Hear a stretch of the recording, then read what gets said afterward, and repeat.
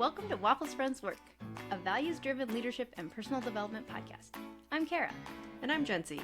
We hope you find this podcast both thought-provoking and entertaining as we cover how we all show up for ourselves, in our relationships, and at work. Since we're only moderately obsessed with shows like Parks and Recreation and Brooklyn Nine-Nine, and can't stop reading material from Brene Brown and Adam Grant, you'll get a mix of approaches to thinking about and becoming the person you want to be. Yeah, that's enough. Let's do it. Welcome to Waffles Friends Work. We're back at it today. We're talking more about boundaries. We're going to shake things up a little bit today. We're talking about boundaries with other people, but we also want to take just a little more critical look at like what is and isn't a boundary. We've talked a little bit about how the term boundary has been kind of hijacked or co-opted, or it's becoming really cool to use that word. And sometimes it's just not quite right. So we're going to look at a couple of examples of that and what we can do to better communicate our values and how to use them as tools to have better, stronger relationships with other people. Yes, you nailed it. That was the point that I wanted to make is the point of boundaries is to build stronger relationships. It's to build trust between people. And when you have strong boundaries, you can have stronger relationships. That's really it. I think a lot of people are using boundaries as a cop-out to stop interacting with people. Or, I mean, you probably should. There are people that you probably should stop interacting with, but we're setting such strict boundaries around what we will and won't do that it's affecting interpersonal relationships, the ones that we want to be in. We're acting like fools about the boundaries. Yeah, there you go. Yep. And I think that's really where we have seen people misusing the term of boundary is it's not meant to control or manipulate other people. It is to foster a better relationship with them. So that's kind of what we wanted to start things off with today. Were a couple of examples of what is and isn't a boundary. And basically, I'm just going to like spoiler alert from the beginning is if your boundary involves a you can't or you don't sort of a situation, it probably isn't actually a boundary. That's not quite how it works. Boundaries are supposed to be levers you pull and things that you do in reaction to other people, but it's not ever dictating their behavior. And I think, Jency, you had an example of. I do. I have a few, but I think a lot of times we see these in, I don't know, I want to say romantic relationships, but it's probably everywhere. I think it's with parents. I think we've all done this or said this before, but the example that came to my mind was recently I heard somebody talking about how the person they were dating had expressed to them that they didn't like how they behaved when they were drinking, which is fair. Some people are really obnoxious when they're drinking. The request from this person was, you can't drink around me. That's the boundary. And that's like a big red X. That's not a boundary. That's controlling. That's trying to control somebody else's behavior. You could still set a boundary around that and it would look like I won't be around you when you're drinking, which is something you can control. It's not the other person's behavior. They can drink, but there's consequences, and the consequences, you just won't be around them. It's easy. And I would also say if that's your request and that's the boundary you set, that would probably foster a better relationship, because if people are obnoxious when they're drinking and you choose not to be around them, you probably like them more. I think you reframed that perfectly. So the manipulative behavior would be, you can't drink around me. The way to frame that as a boundary is, I won't be around you when you're drinking.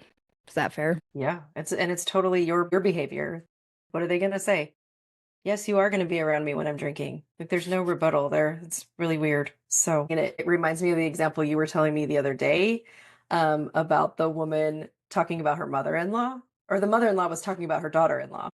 Yes. Yeah, this was another one. And this, honestly, this was just a Facebook group I've been a part of for a long time, and I'm really only a part of because it is like reality television, but on my phone that I can doom scroll. It is so funny. But yeah, she was talking about how she was really angry that, and I can't remember if it was her daughter or her daughter-in-law, but I'm going to imagine it was her daughter-in-law because women are so mean to their daughters-in-law in this Facebook group.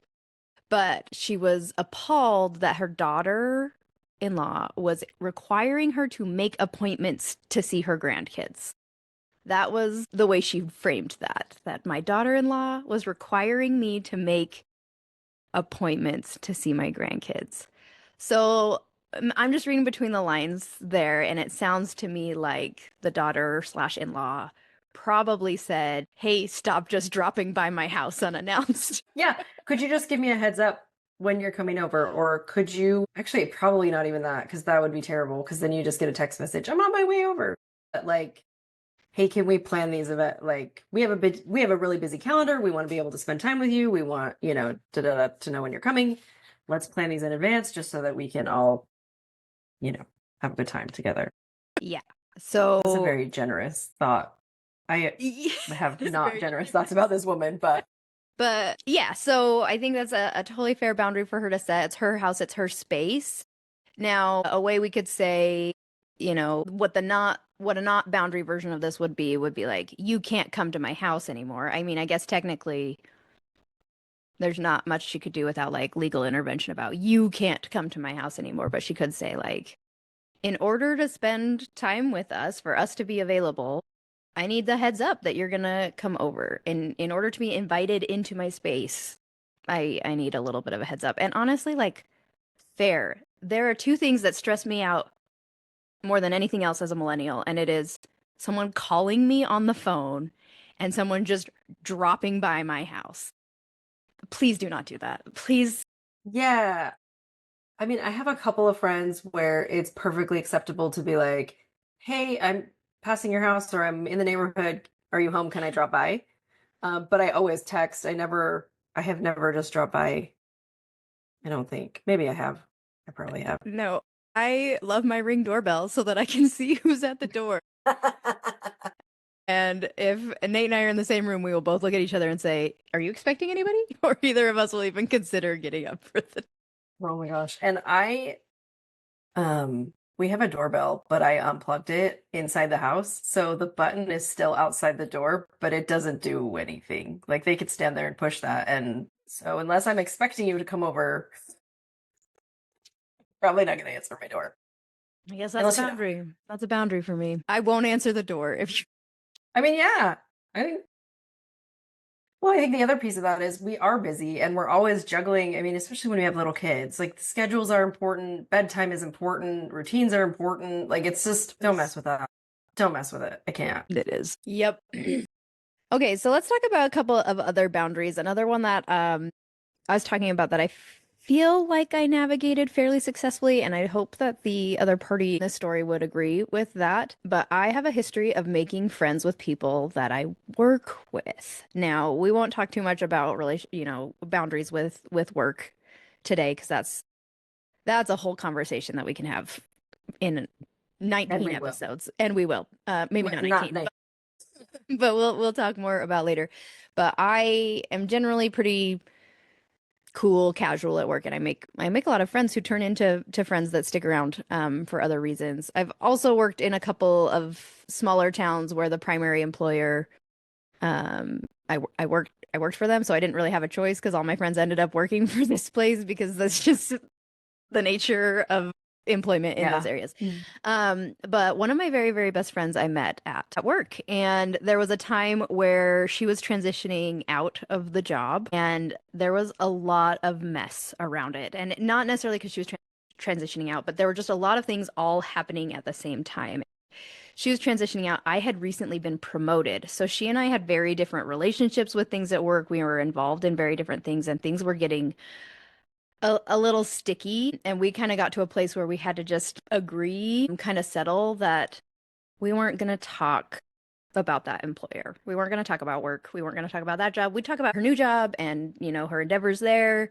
We'd talk about, updates about friends and people and cool things that were happening at work, but we had some pretty strict like we don't talk about that job.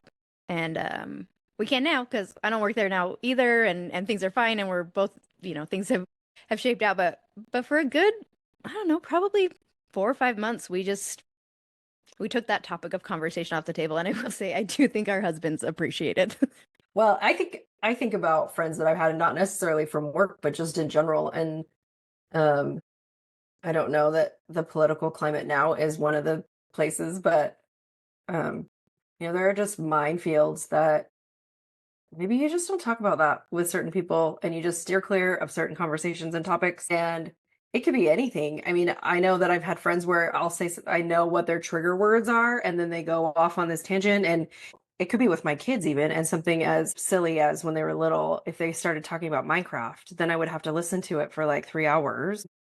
But it could also be That's a friends, good and it like example. even friends that I agree with politically. Sometimes I don't talk to them about that because they get so riled up, and like I don't want to hear that. Like I don't want that energy. So we just don't talk about that. Well, and also even just like you can have that boundary for certain days. Like some days maybe you do want to have that conversation about those certain hot button issues, and sometimes you're just like I'm tapped. Like I'm tapped. I don't today's not today's Can not you the day. just tell me about the last smut book you read? I don't really want to talk about what was on the news today. Did you watch Dancing with the Stars yet? That's what I'm looking for right now. I want to talk about if Ethan has surpassed Zach as the Efron. Dylan, thank you. Dylan. Oh, Dylan. Why did I say Ethan? No. But yes, has Dylan Efron outgrown Zac Efron's little brother status? This is really important. I need to know. I think he has. I think he has. I think so. But apparently people still hadn't ever even heard of him, and I don't know how that's possible. Well, that makes sense though. I mean, I only know about him from because I watch Traders. Otherwise, I wouldn't have a clue who he is. I know, but he was so cute on Traders. Such a big fan. He was. Anyway, okay. Wow, digression. The point is, you can have boundaries around what you do and you don't talk about. And I do think that that can be a helpful tool. Yeah. And as we're talking about things that we do or don't talk about with friends, I was thinking about I had a friend text me the other day and I was like heads down in work and I was trying to get this thing out the door. I was under a deadline, which honestly for me doesn't happen very often. This was a very unique situation. Usually I'm pretty available, but on this particular day, I was getting ready to go out on some time off. I had to finish this thing before the end of the workday. And I had a friend text me and she's like, "Are you home?" And I said, "I am, but I'm under deadline. I got to get this thing done." She said, "I just need a shoulder to cry on." And I said to her, literally, I texted her back and I said, "Can we schedule your crying for later? Because I'm under a deadline." But like, I want to be there for her, but I also want to be all the way there for her. And I couldn't show up for her the way I wanted to at that exact moment. So it was kind of a joke. Can we schedule your crying for later? Because maybe you can't. Sometimes you just need to cry right now. Maybe you can. And at that point, you couldn't be that for her. And so maybe she needs to find a different shoulder right that minute. Or she can. She can schedule it for later and you can plan it. But I think that's an interesting also conversation about the intersection of values again. And I know we talked about that a lot, but like in order to show up the way that you needed to at work, you couldn't show up for your friend. And I'm not saying you should always make that choice. There's, balance No, there. usually I don't. But usually that's not day, I did. And I will also add, just in case anyone was caught up in that story, she did find another shoulder to cry on and it worked out fine. And it was great. When I set those boundaries and I can set those boundaries with her, like she wasn't mad at me. Like that didn't cause any problems in our relationship. Like she knew that it must have been an exception because usually that's not how things are.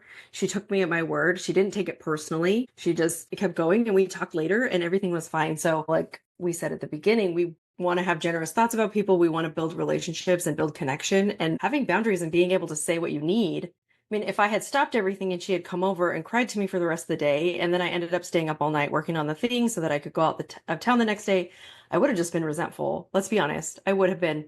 So, yeah. So I think a great example of that in our Parks and Rec universe is I think it's season 2. It's the gay penguin episode of Parks and Rec. that episode is so funny. So funny. I firmly believed it would be cute. Anyway, there's a part where Leslie texts Anne, "Hey, come down to the Bulge, 911 emergency," or something to that effect. And so Anne rushes down to the Bulge, It's a gay club. which is a gay club where they're just throwing a party for Leslie because she'd married to 2 gay penguins. And Anne was like, "Hey, what's the emergency?" And Leslie's like, "They're throwing a party in my honor." And she's like, "Okay, hey, how about next time we don't use the words 911 and emergency? Like, all right, let's dance." Like low key, like let's I'm happy. I will respond for an emergency, but let's just make sure it really is an emergency before we call it that. And I can't remember if this ever comes up again in any of the other seasons, but I really feel like even if it didn't, the character of Leslie would do that again and had not learned her lesson about Aunt's boundary. Yes. And then again, the behavior isn't, you can't use this word, which I guess she did, but like, if you keep using this and it's not an emergency, I'll stop responding. It's not an Yeah. emergency, right? This is not an emergency. Yeah, we've got a boy who cried wolf situation. Yes, we do. Okay, and then my last boundary example from Parks and Rec, and it's my favorite. I believe that Mike Schur or whoever actually wrote this episode had been working through this with their therapist when they wrote this episode, but it's my favorite episode of the whole series. It's The Smallest Park. I just found out that Chelsea Peretti wrote this episode, Gina from Brooklyn Nine-Nine, and it is blowing my mind because I think she's so brilliant, but also this is my favorite episode. So it's crazy how those things overlap. But Ben is telling Leslie that he wants to spend less time with her, that they broke up because she was trying to run for city council and he couldn't have this relationship with her because of ethics or something. I don't know. And he's like, I need to stop spending time with you because it just hurts. It just makes me sad that we're not together. And so I'm going to ask after this project wraps up, I'm going to ask to be reassigned to other business. And like Leslie freaks out, does not respond very well at all, but Ben does a really great job of staying on message and being like, "No, Leslie, like I've tried. It doesn't work. This is what I need to do. I need to set this boundary." And she really pushes the limits, and then you see it as it progresses, he follows through and he asks, why do I just keep thinking Rob? Chris Traeger. He asked Chris Traeger to reassign him to a different thing, and he follows through that boundary. And Leslie's like really heartbroken, but she finally comes to this realization of like, oh, dang it. I need to believe that this is what Ben wants. It's what he says he wants, and I need to believe that it's what he wants. And I think it's the perfect setup for them when they did get back together, and it's so great, so perfect. But that's not the point of the boundary. That's just how the episode ends. Well, maybe the boundary is the reason that they were able to get back together. Because what if he had tried to stick it out and then he just hates her guts? Then they would never get back together. That's a good point. And he kind of was getting he was getting bugged, right? Yeah. It's hard to be generous to be around people that you have broken up from. I can speak from experience. Yeah. And I mean, especially in their situation where they didn't really want to. Like, it was just the circumstances that they had to do. And so in order to be in each other's lives, they still had to be friends. But then it's just messy. And so boundaries can help kind of clean things up and clarify. And yeah, I think that's a good point, is like they realized that if that was the only way they were going to get to be together, they had to commit and do the thing. Bummer. Yeah. But such a great episode. I'm gonna go watch it after we get off. Also, to pull back in there, that was Ben's decision and it was his behavior and his control over the situation. He wasn't telling Leslie that she couldn't be there or that she couldn't see him. It was, I need to do this. I'm going to get moved. I'm doing this thing. So that I think is key. Again, to boundaries. Yeah. It's not controlling behavior. That's all right. Yep. That's a boundary I set. Oh, okay. Hold on. Let's just pulse check. Pulse check. Is it a boundary you set or is it something? Yeah. So you're the one pulling the levers. Okay. So we just want to talk a little bit on how we do that. And we've talked a little bit about different levels of how you can kind of engage when boundaries are being pushed and things like that. And I came across this framework years and years and years and years and years ago as a mentor of mine, actually at work. And it's really funny because it's a sports reference and I have no business ever referring to sports anything at all. But she talked about how like referees kind of set out to enforce the rules, let's say boundaries in this case, but there are like levels of violation to those rules. So in soccer, I mean, I think, there's like, they'll blow the whistle. I'm just going to let you keep going. Talk about sports is hilarious. Keep going. Call football in some places. What I know about soccer, I learned from Ted Lasso. So, okay, yes, but there's like a, hey, stop doing that. And then there's like a yellow card. And then there's like a red card, which if I remember correctly, like kicks them out of the game, right? So depending how badly they broke the rules is how badly the ref is going to like. Yeah, and it also depends on what the infraction is. Like that could go straight to red card depending on what it is. Or if you have multiple violations, then you get the different levels. Which is also a thing in basketball, right? There's like the technical foul versus like the extra bonus. I don't know. Don't ask me about don't ask me about Not my job to teach you about sports. But yeah, but I like that idea about boundaries too, is that there's kind of like a low level response that you can just kind of have in your pocket, ready to go. It's changing the subject quickly, or hey, I am not really comfortable discussing this, or I'm gonna step over here and talk to someone, like little things that aren't a I have to huge pee. big, oh, I'm getting a call. Like, just little things Yeah. to take you out of the situation, not a big deal. I remember when like we were all returning to work after the big COVID work from home movement, and then we kind of came back into the office. It was a pretty hot button topic about how we were gonna like some people were still really, really worried about COVID. I had some coworkers who were like, COVID's fake. So, we were kind of doing this dance of like, how are we going to interact with each other? So we came up with a couple of norms that were like we could put our hand out if we felt like people were getting too close, or we could let's do an air five or something that's just it doesn't have to be a big deal. But if it keeps coming up, it keeps being a problem, there starts to be issues, then we can elevate to like a yellow card status, and that's where I think you need to have the conversation and actually say like, okay, like with my best friend who used to just be a work friend, like I think we need to stop talking about this thing for now.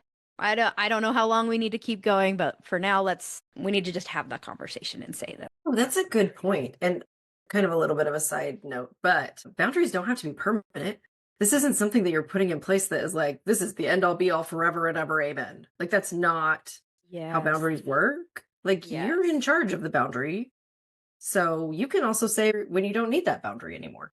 Yeah. Or it needs to be amended. Like, I had several really strong boundaries through my divorce that were non-negotiable.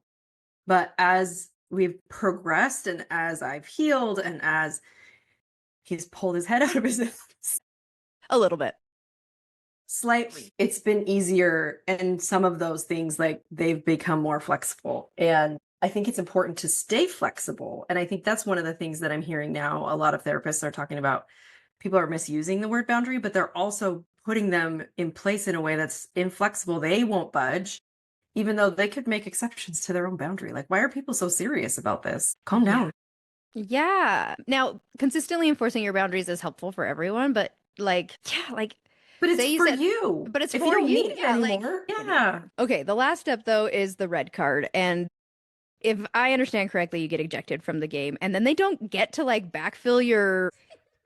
I was gonna say they won't get to backfill your role because I work in corporate America. No, they don't get to put someone else out in your position. So you have to play the whole Lay a man down. person. But I think the equivalent of that is if someone is still pushing that boundary, still doing it, still causing you to do it, then you get firmer on the boundary, you draw it back farther, or that's when you can start having a little more serious reflection around limiting or cutting contact. I think that's where that person is showing that they're not interested in putting the work in for the relationship. Yeah. And I think you could skip to the red card if you felt like that was necessary. For example, maybe you have adopted a child of color and he's a member of your household, and someone at church or in your neighborhood said something insanely racist to your face. There doesn't need to be a boundary conversation. You just don't talk to them anymore, or don't be in places where they are. I mean, that's a very extreme example, but like, there's no SOP.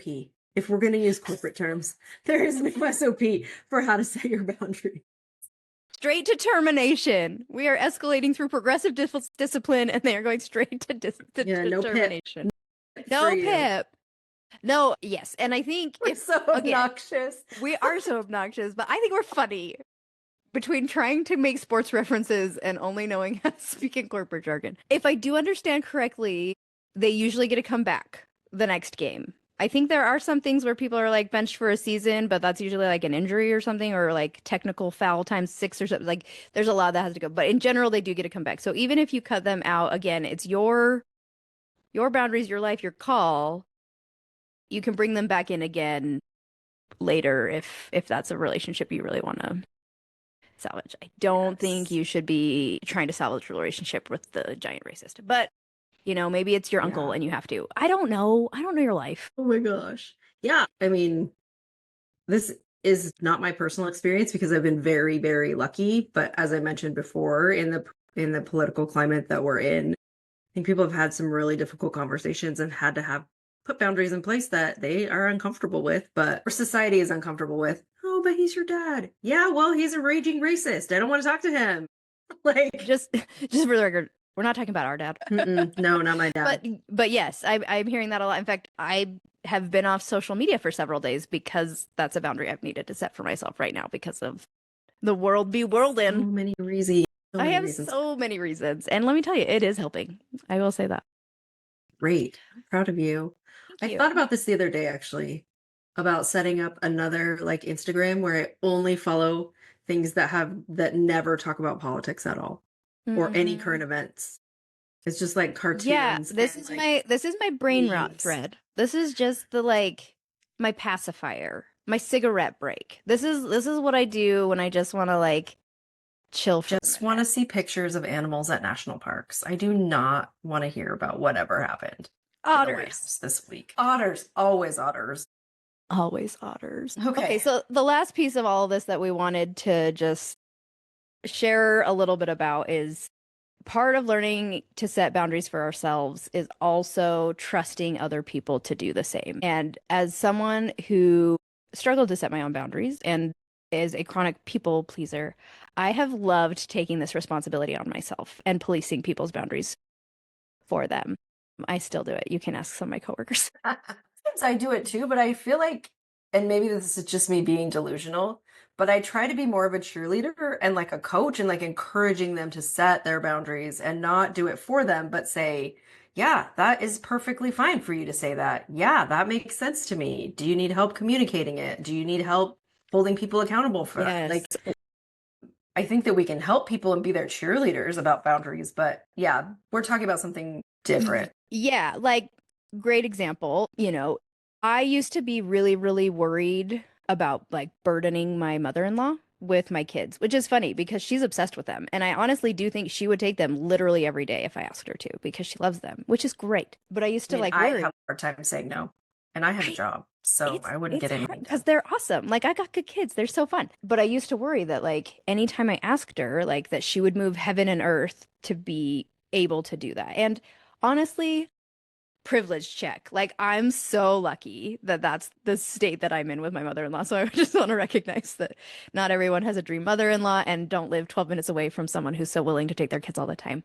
But I really used to worry about that. And so I'd try not to ask very often because I didn't want to overburden or anything like that until one day she told me no. She told me she couldn't do it. And I was like, she will tell me no if she can't do it. And I had this like whole new world opened up to me that it was just like, it was so much easier to just call her up and be like, hey, what are you guys doing this weekend? You want to take the kids? And if she couldn't, she wouldn't. Like I had this new trust that I could ask if I needed help. It didn't have to be a big deal. And it also didn't have to hurt my feelings if she couldn't do it because, not everybody can Yeah. do everything every time. See how a boundary is a stronger relationship? Weird. Like it's weird because it seems kind of counterintuitive, but in something like that, you can see how that boundary, she's not saying yes because she feels like she has to, and then she's resenting and And she then doesn't. she's resenting me because, yeah, no, she just couldn't do it. And it was like, you're right, you can't. Or, what are you guys doing this weekend? Well, we have this going on. Would it be super annoying if the kids joined you for that? Yeah, okay, that's fine. We'll find something else for them. Or a lot of times she's like, no, drop them off. We already have 17 kids over. Just what's two more at that point? Is that is the truth at their house. Yeah, she just has a lot of grandkids and they're all great. She's a great grandma. But yeah, that's like a winning example. Sometimes we're going to see people who aren't as great about saying no, and we're going to want to be the rescuer and the policer and the things like that. But like you said, Gen Z, we can switch that into cheerleader and trying to encourage those boundaries and be helpful. One other person I just wanted to talk about is our sister. I think Camille does a really, really great job of this. Something that I think she does really well about she's a great boundary setter. I think she's had to. She has a really hard job, and so Oh she's my had to gosh. get really good at that. But something that she does that I find really helpful as someone who struggles to say no or set boundaries is she gives me permission to say no. And I don't mean it in like a it's okay, no worries if not, like the cheesy way that like you know what I mean, where they like say it, but they don't Yeah, really become almost passive aggressive. almost Like, passive aggressively. No, it's very like a few weeks ago, she asked my daughter if she could borrow honestly, the quilt that she made her, but she was like, it's your quilt. You can totally say no, totally fine. But if I could borrow it and submit it for a contest, I'd really love that. And just the way she does it, it makes it feel like it's so safe to be like, not this time, but thank you for asking me, or not today, not or actually that's not really my thing. It feels so easy to do that because of the way that she articulates how she's setting that up and how well Yes. she portrays And herself. there's a second piece to that, right? It's the ask and the way that she asks it. And then the aftermath, when you do say no or you do, decline or whatever, she's like, oh, okay. And then she'll just ask you again the next time. Because I think, yeah, you could ask it in a very neutral way. But then if you're passive aggressive after the fact, oh, you That's a never good want to hang point. out with me. Well, you never, you're never available. I don't even know why I asked you. Like that kind of stuff. Then it's not good. That doesn't help your Yeah. relationship. Nope. And that would be someone that I would start saying no more to. Yeah. Um, Yeah. but yeah, so just quick recap of all those things. Let's just remember that boundaries are the levers we can pull. They're not meant to manipulate. It doesn't have to be a big deal to enforce them, but it should be when it's appropriate. And let's trust people to set their own boundaries, not set them. Yeah. Yeah. And I do think that it's really hard to take people at their word. It takes practice. And yeah, I mean, just thinking back to like the way we were raised, and you talked about people pleasers, and I'm not talking just about my family, but culturally and as women, we're just supposed to say yes all the time to everything and put everything on our plate and just get it done and just, gut through it. And then the resentment just builds and builds and builds and builds. And yeah, it's just not worth it because then you end up resenting people and places and institutions and all kinds of things because you didn't have your own boundaries. So I think this happens at work all the time with people. They resent their jobs so much because they won't set boundaries. Will say I feel like I'm on a bullet train toward that, and that's a big hot spot for me, a thing that I need to be watching and being more careful of, which is so funny because I feel like I'm pretty good about work boundaries, and especially having fairly recently starting a new job, like it was easy to put some of those up because it's way easier when you're starting fresh rather Hmm. than like Hmm. you've built these relationships, you've built these Trying to norms. Now people have these, retrofit them. yeah, like so. I'm like clean slate. It's gonna be good. And I think, yeah, I'm having some of those hot spots that I'm recognizing. Like we're on a train for burnout, so we need to get some of those in place. But we will talk about that on our work episode, and I'm very Yes. excited Oh, about it. so much to talk about with that one. Yeah. All All right, right. I think we got it all. I think so. So we'll see you in the work episode. Bye.